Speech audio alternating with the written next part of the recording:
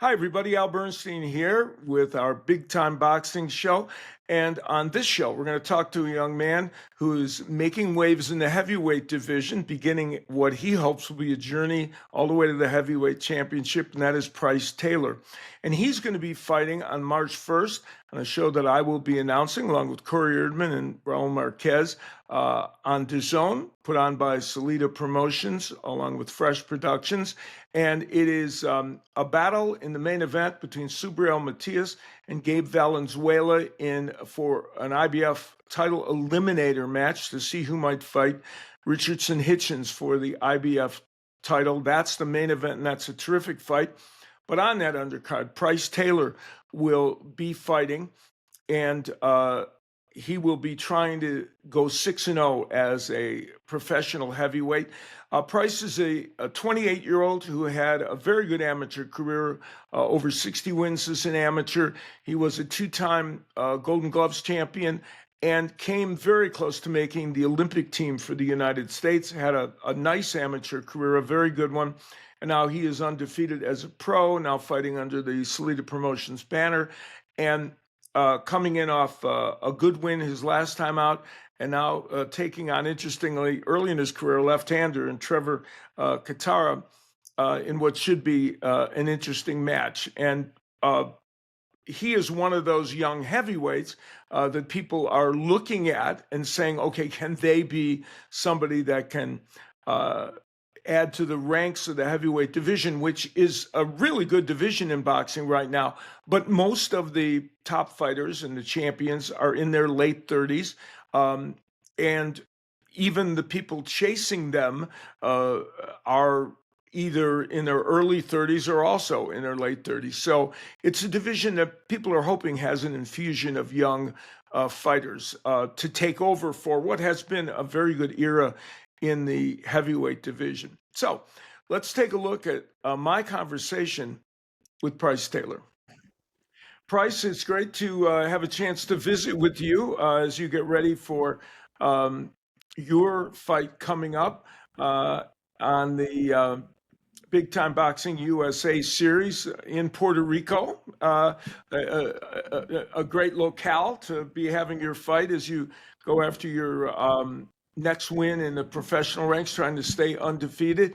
And you are now in the second fight of your agreement with Salida Promotions. You got off to a big start in your last fight, winning impressively. How are you feeling about coming into this fight on March 1st?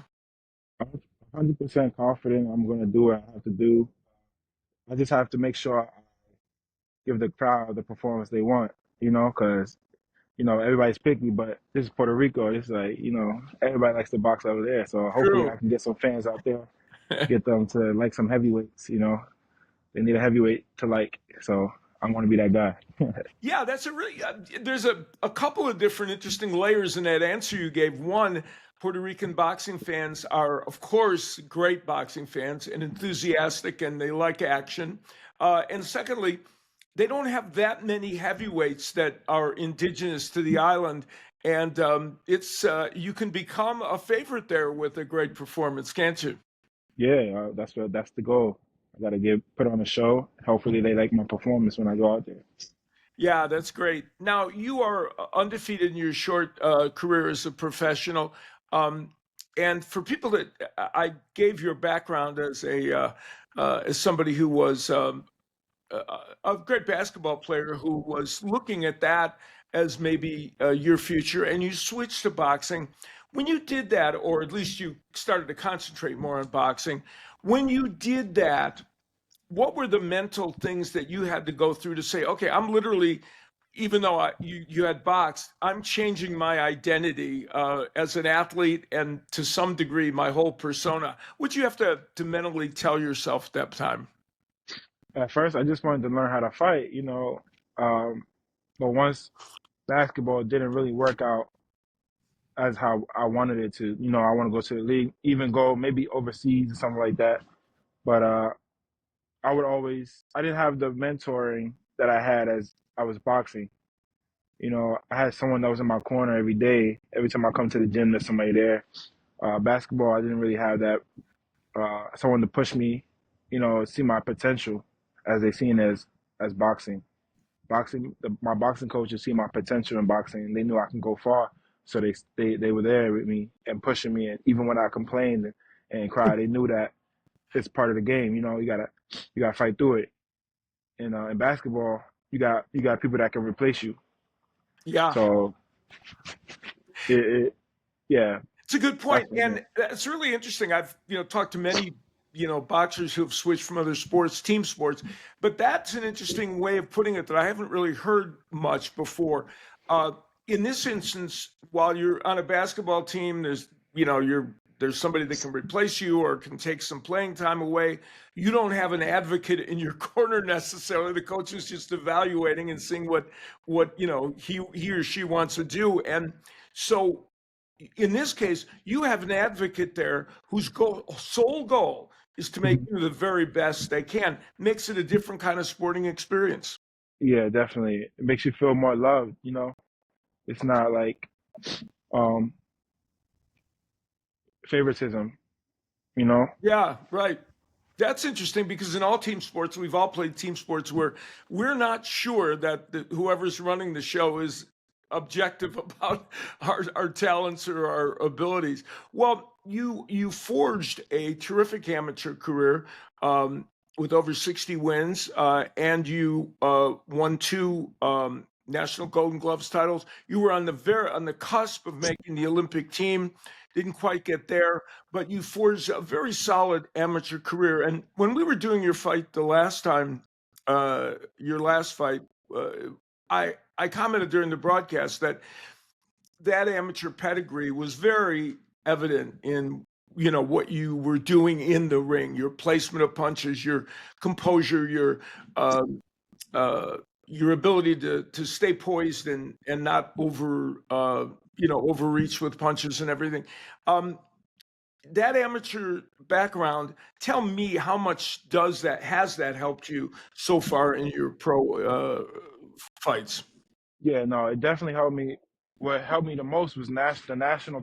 Once I hit the national stage, that's when I Hmm. seen the different styles and how people fight. My first time fighting a Mexican, uh, he stopped me. He didn't stop me as in he dropped me to the floor. I was hitting him with everything. Like he just kept walking through my punches, and it tired me out, and I didn't know how to fight through the tiredness. So he was throwing barrages of punches while I was in the third round. I was just tired, backing up. I couldn't fight no more because my arms were so tired. That's a good experience. I Yeah. learned how to train off of that, and uh, I learned how to fight. I learned how to train in real life situations. You know what I'm saying? Like when I'm in the ring. So I train like as if I was to get tired in the ring. Like whatever I lost, whenever I lost, that's what motivated me to train even harder and train for that situation so that I'll never have it again. Yeah, that's interesting. And you only had 11 losses as an amateur, so there wasn't a lot there. But as you point out, we learn more from things that don't go our way completely than we do Right. from the times when it ends up perfect. Um, you are 28 years old. So you had your amateur career. 28 is not old by any stretch for a heavyweight, especially because heavyweights mostly seem to really mature around 30, 31, 32, and often have great runs into their 30s. I would think though that still you would want to be as active as you can during this period. Is that one of your goals? Not only this period, but forever. I Yeah. want to be. My goal is to be fighting forever, as long as possible. Even like probably around near 60. I'm gonna still be in shape because I know that as long as you're in the gym, you're staying active. I think that was gonna help my body stay mature and tight, and then agile. As long as I'm agile, you know what I'm saying, moving my head, don't get punched in the face. I think I should be good and go a long ride. Make the history books. You know what I'm saying? So Well, you have all, you have the physical tools for sure. Your body, your height, your reach, the way you're built. You're obviously not. You're someone that there are heavyweights that don't feel like they're in the greatest shape of all, but you're not one of those people, and you have the right physical attributes to do that. And as we've talked about, you have the underpinnings of the amateur background to help you. So now I guess this period of your career, as you continue to fight fighters and start to build a resume, is an important part of it, because this is where you build the pro foundation, right, for what you want to do. Yeah, yeah. It's Um, is this what are there? Do you take each fight and say, I'm going to work on these things, or is it a work in progress for everything, for every fight?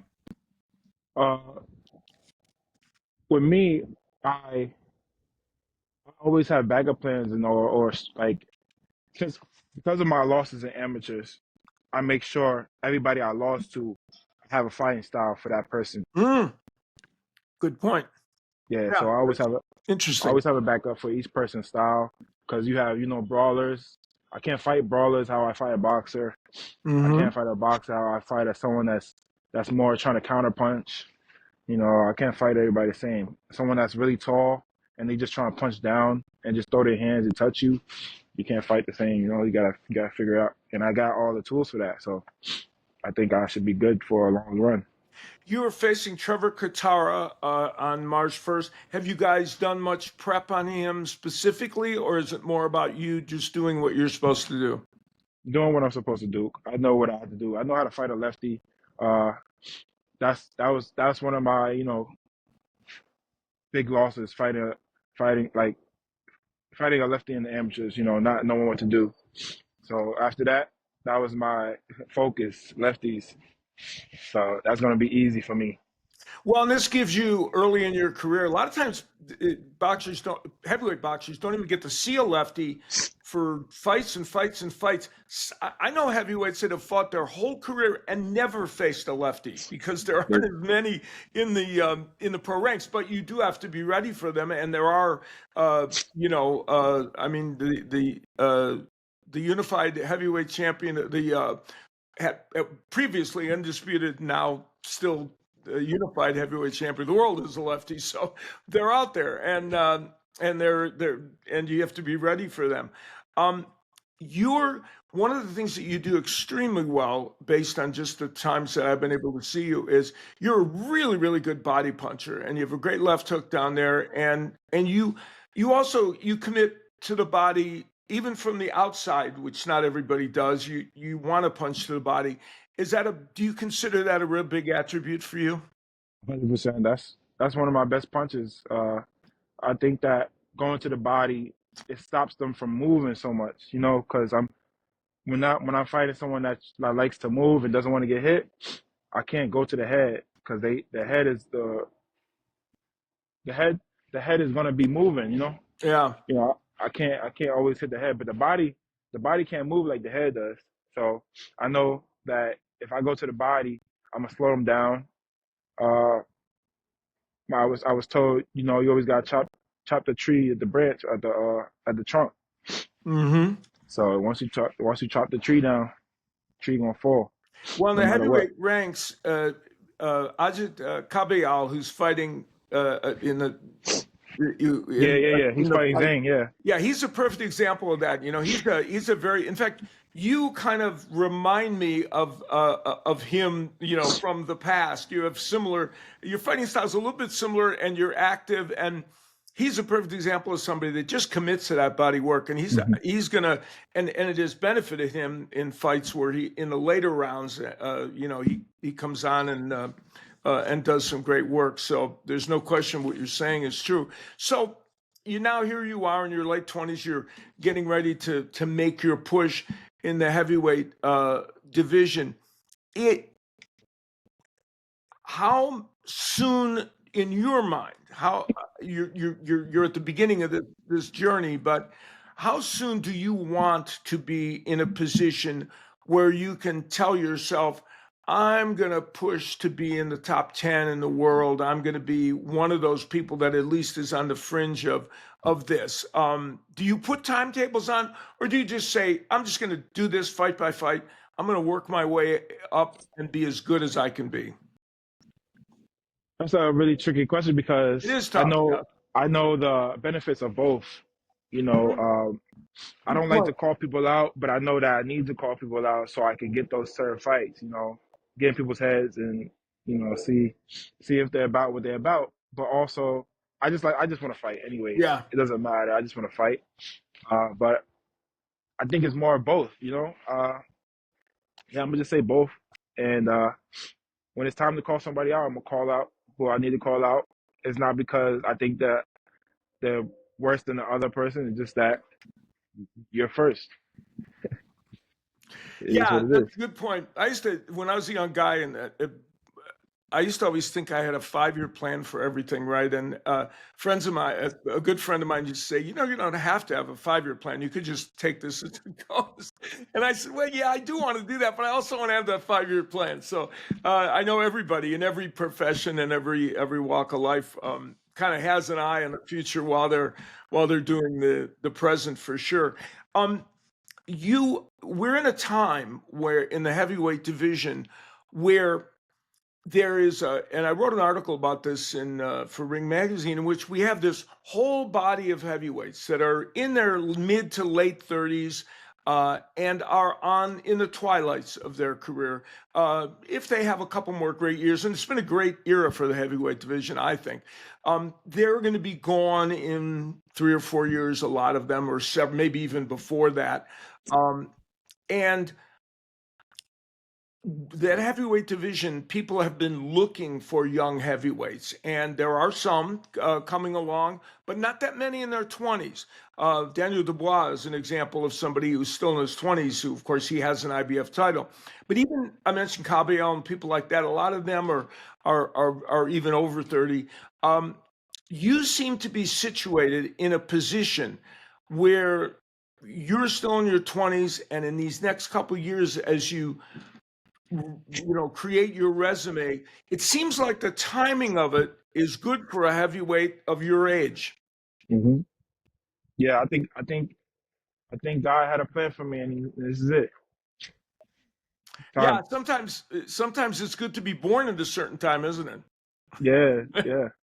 Uh, when you look at all those heavyweights, uh, do you see, is there anybody, are there fighters in the heavyweight division? We mentioned Caballero. Will you look at some of these people and you say, yeah, I like what that guy's doing. I like the way they've gone about their career, the way they handle themselves in the ring. And then there's outside the ring as well, where these days, an athlete, especially a boxer, is a brand. They're not just a fighter. Do you look at heavyweights that have navigated their way through and say that's interesting to me, or are you even a fan in that way?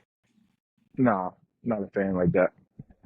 I'm a Yeah, fan of I'm a fan in where if you're from New York, I'm gonna give my props. I'm a big fan of people that I know personally, and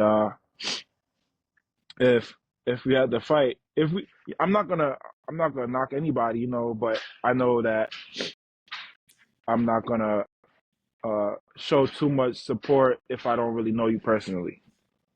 Yeah, yeah, it's like it's that. interesting.